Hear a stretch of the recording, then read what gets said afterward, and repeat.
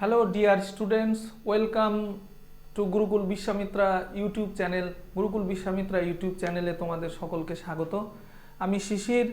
আমি তোমাদের জন্য আজকে নিয়ে এসেছি আসন্ন কলকাতা পুলিশ এবং ওয়েস্ট বেঙ্গল পুলিশের যে এক্সাম সামনে হতে চলেছে সেই এক্সামের ওপর সম্ভাব্য প্রশ্নাবলীর সেট নিয়ে আমরা যতদূর খবর পেলাম আর কি, তাতে দেখা গেল যে আগামী 29শে ডিসেম্বর 2024 সেই দিন কলকাতা পুলিশের কিন্তু একটা পরীক্ষা হওয়ার কথা এবং 16ই ফেব্রুয়ারি ওয়েস্ট বেঙ্গল পুলিশ কনস্টেবলের কিন্তু পরীক্ষা হওয়ার কথা।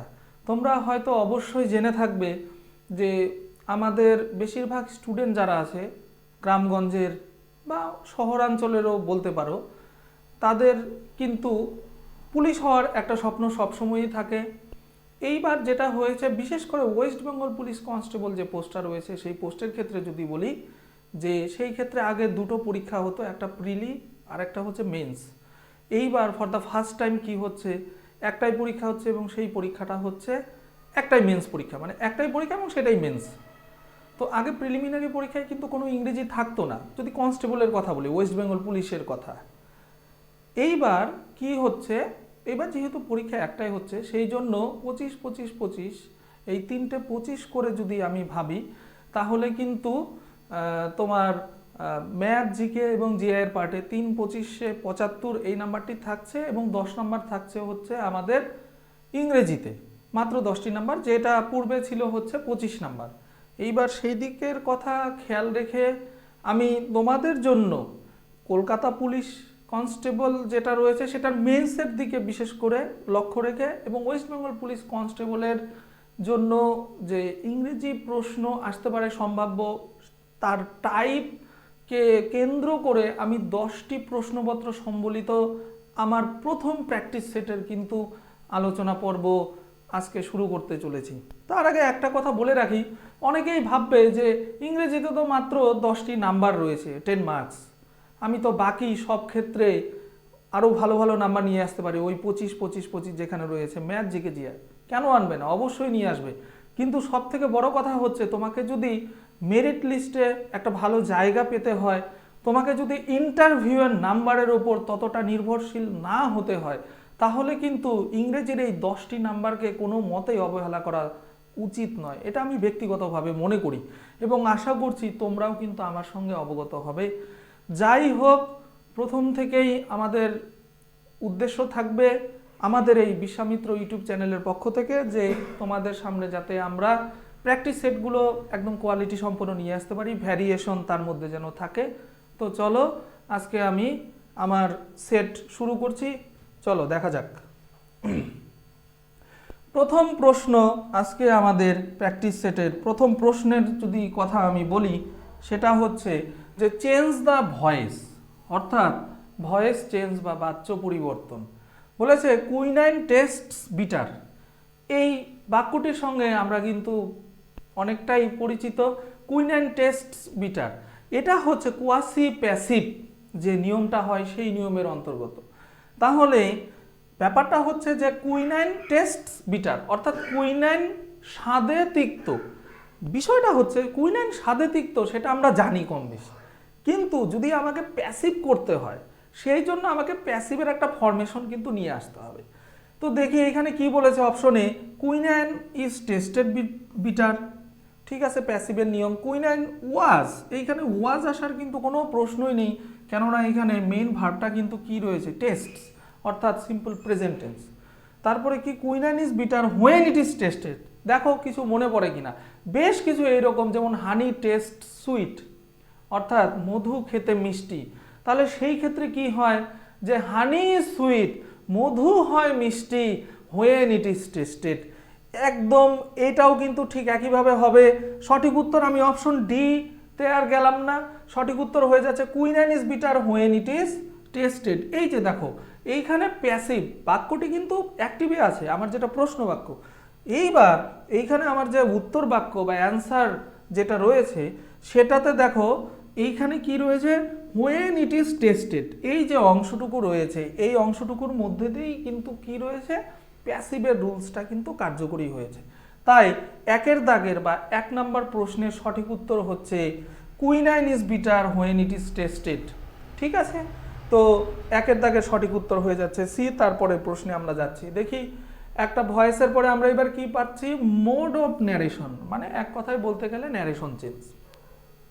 এগুলো একদম বেসিক ইংলিশ গ্রামার থেকে উঠে এসেছে বা আমি সেট করার চেষ্টা করেছি। দেখি এখানে কি রয়েছে। Ram said to me, Ram আমাকে বলেছিল, ওয়ার ইউ প্লেইং ফুটবল, খুব ইজি, তুমি কি ফুটবল খেলিতেছিলে। ভালো করে বোঝার চেষ্টা করবো। এখানে রিপোর্টিং ভার্বটা কি রয়েছে, এখানে রিপোর্টিং ভার্বটা আমরা একটু বোঝার চেষ্টা করব। এখানে রিপোর্টিং ভার্ব হচ্ছে সেড টু, এখানে রিপোর্টিং ভার্বটা হচ্ছে গিয়ে, এখানে রিপোর্টিং ভার্বটা হচ্ছে আমাদের সেড টু কিন্তু রয়েছে। আর এইখানে কি রয়েছে, ওয়ার ইউ প্লেইং, তাহলে ওয়াজ ওয়ার এর মধ্যে ওয়ার এবং প্লেইং এই ফরমেশনটা কিন্তু রয়েছে। অর্থাৎ এই বাক্যটি হচ্ছে প্রশ্নবোধক বাক্য বা ইন্টারোগেটিভ সেন্টেন্সের একটা ডিরেক্ট স্পিচ বা ডিরেক্ট ন্যারেশন কিন্তু দেওয়া আছে।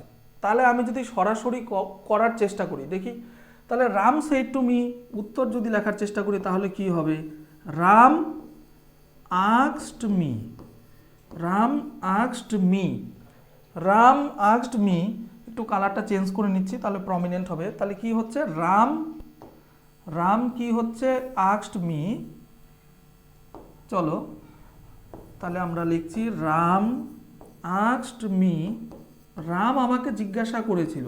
কারণ আমরা জানি সেড টুর বদলে এখানে কি হওয়া উচিত, আস্কড হওয়া উচিত। তাহলে রাম আস্কড মি, এইবার লিঙ্কার হিসাবে হয় ইফ নালে হয়েদার আসবে। তাহলে এইখানে কি আসবে, ইফ বা হয়েদার। এখানে সবগুলোতেই বেশিরভাগ ক্ষেত্রে আমি দেখতে পাচ্ছি এখানে ইফ আছে, এখানেও আছে, এইখানেও আছে। তাহলে রাম আস্কড মি ইফ, এই ইউটা কাকে নির্দেশ করছে, ওয়ার ইউ প্লেইং ফুটবল, তুমি কি ফুটবল খেলছিলে। অর্থাৎ রাম যাকে কথাটা বলেছিল সে কি ফুটবল খেলছিল। রাম কাকে কথা বলছিল, মানে যে সে ফুটবল খেলছে, মি, মি থাকলে কি হচ্ছে, আই। এইবার সব থেকে গুরুত্বপূর্ণ বিষয় হচ্ছে রিপোর্টিং ভার্ব যেটা রয়েছে, এই রিপোর্টিং ভার্ব যদি পাস্ট টেন্সে থাকে তাহলে কিন্তু টিং টিং টিং অর্থাৎ রিপোর্টিং, এই রিপোর্টিং ভার্বের ইম্প্যাক্ট বা প্রভাবটা কার উপরে গিয়ে পড়বে, রিপোর্টেড ভার্বের উপরে। এখানে রিপোর্টেড ভার্ব কি রয়েছে, ওয়ার আর হচ্ছে প্লেইং। তাহলে দেখো তো এটা কি রয়েছে, সেড টু, যেটা হয়ে গেছে আস্কড অর্থাৎ সিম্পল পাস্ট, আর এইখানে রয়েছে পাস্ট কন্টিনিউয়াস। যেহেতু পাস্ট কন্টিনিউয়াস রয়েছে তাহলে আর কি করতে হবে, অ্যাজ পার রুল আমাকে গভীরে যেতে হবে। তাই হয়ে যাবে পাস্ট কন্টিনিউয়াসটা পাস্ট পারফেক্ট কন্টিনিউয়াস। তাহলে হয়ে যাচ্ছে ইফ আই কি হ্যাড বিন, হ্যাড বিন, তারপরে হচ্ছে মেইন ভার্বের সঙ্গে আইএনজি যেটা আছে সেটাই প্লেইং, তারপরে হচ্ছে ফুটবল। একটা নিয়ম বলে দিচ্ছি যে অ্যামিজার থাকলে কি হয়, অ্যামিজার থাকলে হচ্ছে তোমার ওয়াজ ওয়ার, আর যদি ওয়াজ ওয়ার থাকে তাহলে হয়ে যায় হচ্ছে হ্যাড বিন। এই ক্ষেত্রে কিন্তু এই নিয়মটাই কার্যকরী হলো। এবার আমি কিন্তু কি করলাম, অপশন না দেখে আমি আমার মতো করে কিন্তু সেই উত্তরটি করার চেষ্টা করলাম, ডিরেক্টটাকে ইনডিরেক্ট করার চেষ্টা করলাম বা করেওছি। এবার দেখি এরকমটা কোথায় রয়েছে, রাম টোল্ড, এটা তো হবেই না, রাম টোল্ড অপশনে হবে না। তাহলে Ram asked me if I was playing football, এটাও হচ্ছে না, যেহেতু ওয়াজ ওয়ার থাকলে হ্যাড বিন হয়। তাহলে অপশন ডি হচ্ছে আমার সঠিক উত্তর। কি বলা রয়েছে, Ram asked me if I had been playing football. তাহলে আমার দুইয়ের দাগের উত্তর হয়ে যাচ্ছে কিন্তু অপশন ডি। আশা করছি এই দুটো প্রশ্ন তোমরা সকলেই বুঝতে পেরেছো। প্রথমটা ছিল ভয়েস চেঞ্জ এবং তারপরেরটা কি ছিল, ন্যারেশন। দেখি তৃতীয় প্রশ্ন কি রয়েছে, third question, fill in the blank with appropriate form of verb. Appropriate form of verb মানে হচ্ছে টেন্স রিলেটেড একটা কোশ্চেন, অর্থাৎ ভার্বের সঠিক রূপ বসিয়ে কি করতে হবে, ভার্বের সঠিক রূপ বসিয়ে শূন্যস্থান পূরণ করতে হবে। খুব সুন্দর একটা question, the Olympic games dash every 4 years. অর্থাৎ অলিম্পিক, আমরা জানি যে অলিম্পিক যে প্রতিযোগিতা, যে খেলার আসরটা যেটা বসে সেটা প্রতি 4 বছর অন্তর অন্তর কিন্তু অনুষ্ঠিত হয়। এইবার এইখানে হচ্ছে হোল্ড মানে কি, অনুষ্ঠিত হওয়া, এর হচ্ছে থার্ড ফর্ম বা সেকেন্ড ফর্ম যদি আমি ধরি, সেকেন্ড ফর্মও হেল্ড এবং থার্ড ফর্মও কিন্তু হেল্ড। তাহলে এইখানে অ্যাজ পার অপশন যদি আমি ধরি তাহলে যেটা হবে সেটা হচ্ছে সেন্টেন্সটাকে তোমার প্যাসিভ ভয়েসে নিয়ে যেতে হবে। তাহলে দি অলিম্পিক গেমস, এইখানে হোল্ড কোথায় রয়েছে অপশন এতে, তাহলে এটা হচ্ছে না। অপশন সিতেও রয়েছে হোল্ড। এইবার থাকলো কি অপশন এলিমিনেট করার পরে বি এবং হচ্ছে ডি। এবার বিতে বলেছে ইজ হেল্ড আর ডিতে বলেছে আর হেল্ড। অনেকের মনে হতে পারে যে অলিম্পিক গেমস এটাতে আর হবে, কিন্তু এই ক্ষেত্রে Olympic games itself is a tournament বা একটা খেলার আসর, সেই জন্য এখানে এস থাকলেও এটা কিন্তু অলিম্পিক গেমসই বলা হয়, একে সিঙ্গুলার হিসাবে সাবজেক্ট ধরা হয় বা সিঙ্গুলার সাবজেক্ট হিসাবে কনসিডার করা হয়, সেই জন্য এখানে সঠিক উত্তর হয়ে যাবে অপশন বি ইজ হেল্ড। তাহলে কি হলো তোমার উত্তর? ইজ হেল্ড, অর্থাৎ কি হচ্ছে উত্তর? The Olympic games is held every 4 years, অর্থাৎ এটা হচ্ছে সিম্পল প্রেজেন্ট টেন্সের প্যাসিভ করা হচ্ছে। তারপরে দেখি 4 নম্বর কোশ্চেনটি রয়েছে কি fill in the blank with appropriate form of preposition, অর্থাৎ অ্যাপ্রোপ্রিয়েট ফর্ম অফ প্রিপজিশন বা আমি বলতে পারি এক কথায় যে অ্যাপ্রোপ্রিয়েট প্রিপজিশন। খুব সুন্দর এই কোশ্চেনটা, আমি যতটা সম্ভব চেষ্টা করেছি যে পরীক্ষা বা এক্সাম ওরিয়েন্টেড কোশ্চেন যেগুলো আসার কথা তাকে মাথায় রেখে করার কিন্তু চেষ্টা করেছি। বলেছে Shyam is deep dash my advice, ভালো করে বোঝার চেষ্টা করো। এইখানে তোমরা হয়তো জানবে ডিপ মানে হচ্ছে বুধির। এবার ডিপের পরে যদি টু আসে তাহলে তার এক মানে, আর ডিপ অফ এর কিন্তু মানে হচ্ছে আলাদা। ডিপ অফ মানে হচ্ছে যে বধির, মানে সত্যি কানে ফিজিক্যালি সে কানে শুনতে পায় না। আর ডিপ টু মানে হচ্ছে শুনতে অনিচ্ছুক, অর্থাৎ যে কিনা শুনতে ইচ্ছুক কিন্তু নয়, আনউইলিং টু হিয়ার, অর্থাৎ যে রিলাক্টেন্ট বা আনউইলিং তোমার কোনো কথা শুনতে, তুমি তাকে একটা অ্যাডভাইস দিচ্ছ, তাকে একটা ভালো কিছু করার চেষ্টা করছো কিন্তু সে তোমার কথা শুনছে না, সেই ধরনের ব্যাপার যদি হয় তাহলে কিন্তু তোমার ডিপ টু এই অপশনটাই সঠিক বলে পরিগণিত হবে অ্যাজ পার সেন্টেন্স। কেননা সেন্টেন্সের রিকোয়ারমেন্ট হচ্ছে Shyam is deep dash my advice, অর্থাৎ শ্যাম আমার কথা শুনতে বা আমার উপদেশ শুনতে সে কিন্তু অনিচ্ছুক। তাই আমি জানি বেশিরভাগ স্টুডেন্ট তারা হয়তো ডিপ অফ দিয়ে আসবে এটাকে সঠিক উত্তর হিসেবে, কিন্তু এটা কিন্তু দিলে উত্তরটি ভুল হয়ে যাবে, তাই সঠিক উত্তর হয়ে যাচ্ছে আমার ডিপ টু। আশা করছি বুঝতে পেরেছো। তারপরে কোশ্চেন 5 নম্বর কোশ্চেন কি find out the error part of the following sentence, if you don't find any error your answer is no error, অর্থাৎ এরর কারেকশন। এক কথায় আমি কথা না বাড়িয়ে সোজাসুজি মূল বাক্যে চলে যাচ্ছি। The new media is more ফাস্টার and more popular. তাহলে এখানে বলেছে এ বি সি ডি, এতে বলেছে দ্য নিউ মিডিয়া, এই অংশে কি কোনো ভুল আছে? ইজ মোর ফাস্টার এই অংশে কি কোনো ভুল আছে? নাকি অ্যান্ড মোর পপুলার এটাতে ভুল আছে? নাকি কোনো অংশেই ভুল নেই? তাহলে আমরা একটু বোঝার চেষ্টা করি। দেখো আমরা যদি এই জায়গাটাকে একটু খেয়াল করি তাহলে ফার্স্ট এটা হচ্ছে পজিটিভ ডিগ্রি, তারপরে আসে ফাস্টার কম্পারেটিভ ডিগ্রি এবং সবশেষে হচ্ছে ফাস্টেস্ট সুপারলেটিভ কিন্তু ডিগ্রি। এইবার বিষয়টি হচ্ছে এইখানে দেখো তো কি আছে, মোর ফাস্টার। এইখানে যে ব্যবহারটি হয়েছে কম্পারেটিভ ডিগ্রির সেই জায়গাতে কিন্তু ভুল রয়েছে, কেননা এইখানে মোর এই শব্দটি যে আমার ব্যবহার করা হয়েছে সেটা কিন্তু সুপারফ্লুয়াস ইউজ বা অতিরঞ্জিত ব্যবহার। এই অতিরঞ্জিত ব্যবহারটা কিন্তু এই সেন্টেন্সের এই অংশকে ভুলে পরিগণিত করেছে। তাই তোমার শুদ্ধ করলে যেটা দাঁড়াবে যে the new media is faster and more popular. তাহলে কি হচ্ছে, পপুলারেরও কিন্তু 3টি ডিগ্রি হয়, popular, more popular, most popular. আর এইখানে কি রয়েছে, ফাস্টার যেটা রয়েছে সেটা কিভাবে আসলো, ফার্স্ট, ফাস্টার, ফাস্টেস্ট। তাহলে মোর দেওয়ার আমার তো কোনো দরকার নেই, তাহলে বাক্যের এই অংশটিতে কিন্তু ভুল রয়েছে। কোন সেই অংশ, ইজ মোর ফাস্টার, এখানে হওয়া উচিত ছিল শুধুই ফাস্টার। তারপরে চলো আমরা চলে যাচ্ছি পরের প্রশ্নে। Select the most appropriate synonym of the given word.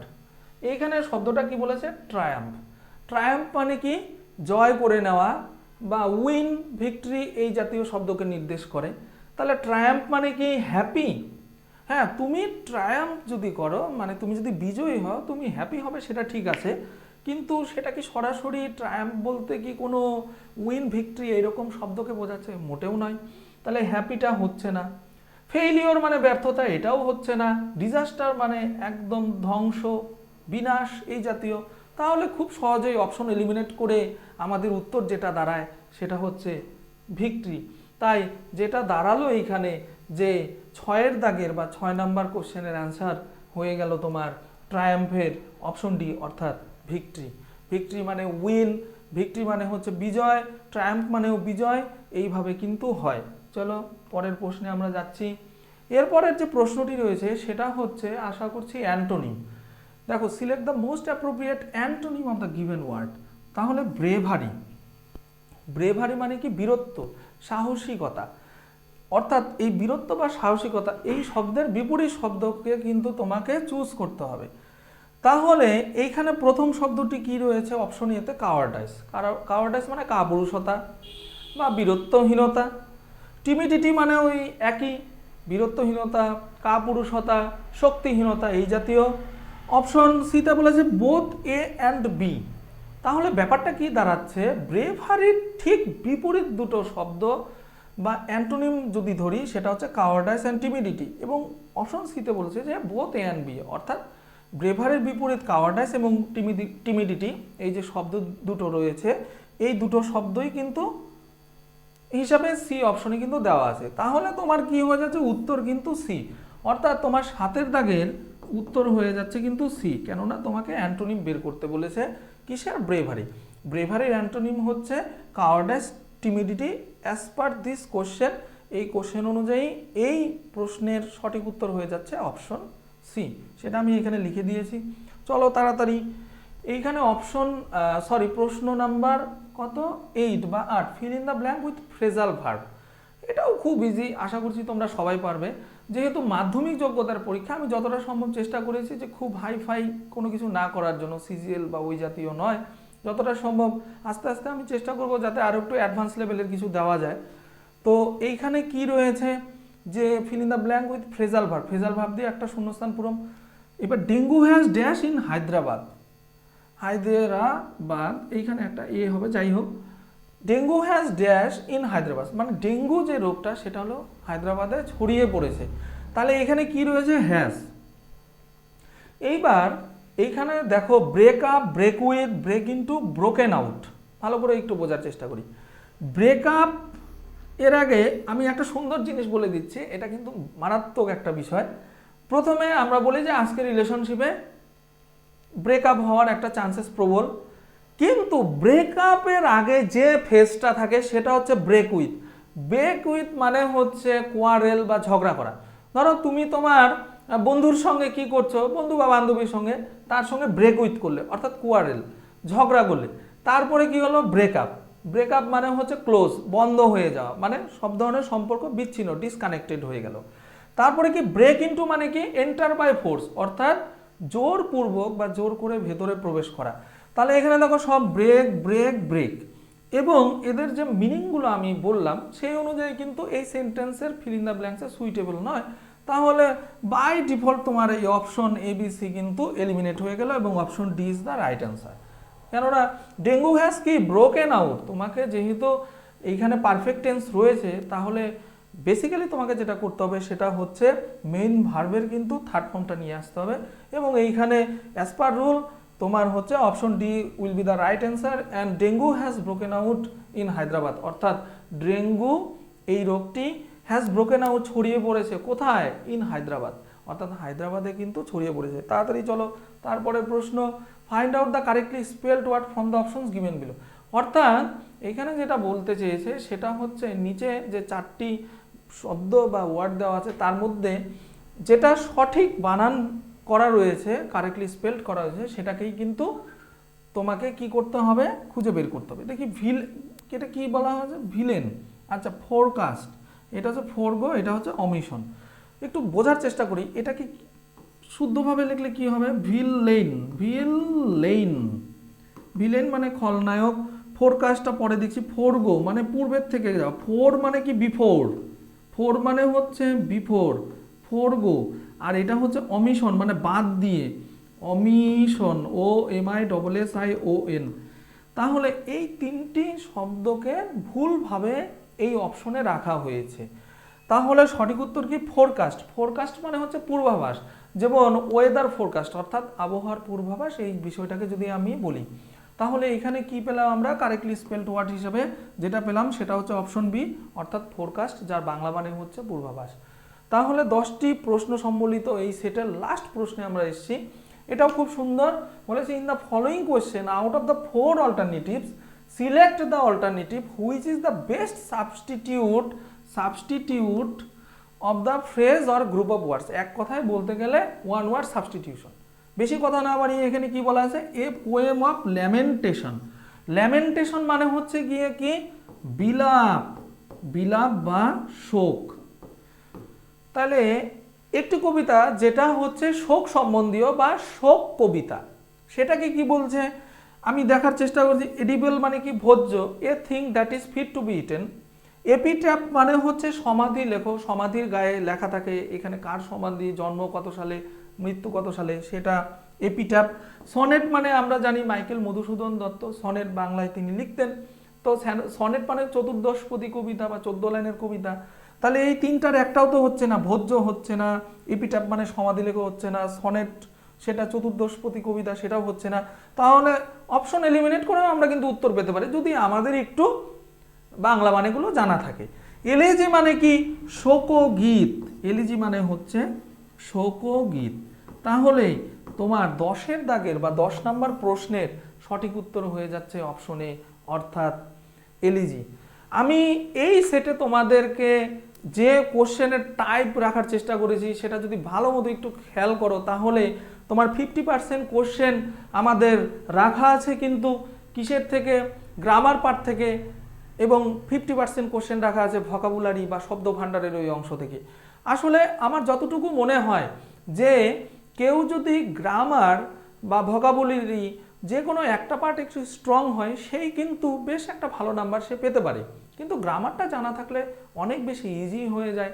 তাই আজকের এই কোশ্চেনে আমি যেমন ভয়েস থেকে একটা প্রশ্ন সেট করেছি, ন্যারেশন থেকে করেছি, একটা সিনোনিম ছিল, একটা অ্যান্টোনিম, একটা ওয়ান ওয়ার্ড সাবস্টিটিউশন, একটা এরর কারেকশন, একটা ফ্রেজাল ভার্ব, একটা হচ্ছে ভার্বের সঠিক রূপ বসিয়ে শূন্যস্থান পূরণ, এই জাতীয় সব কিছু মিলিয়ে মিশিয়ে কিন্তু করার চেষ্টা করেছি।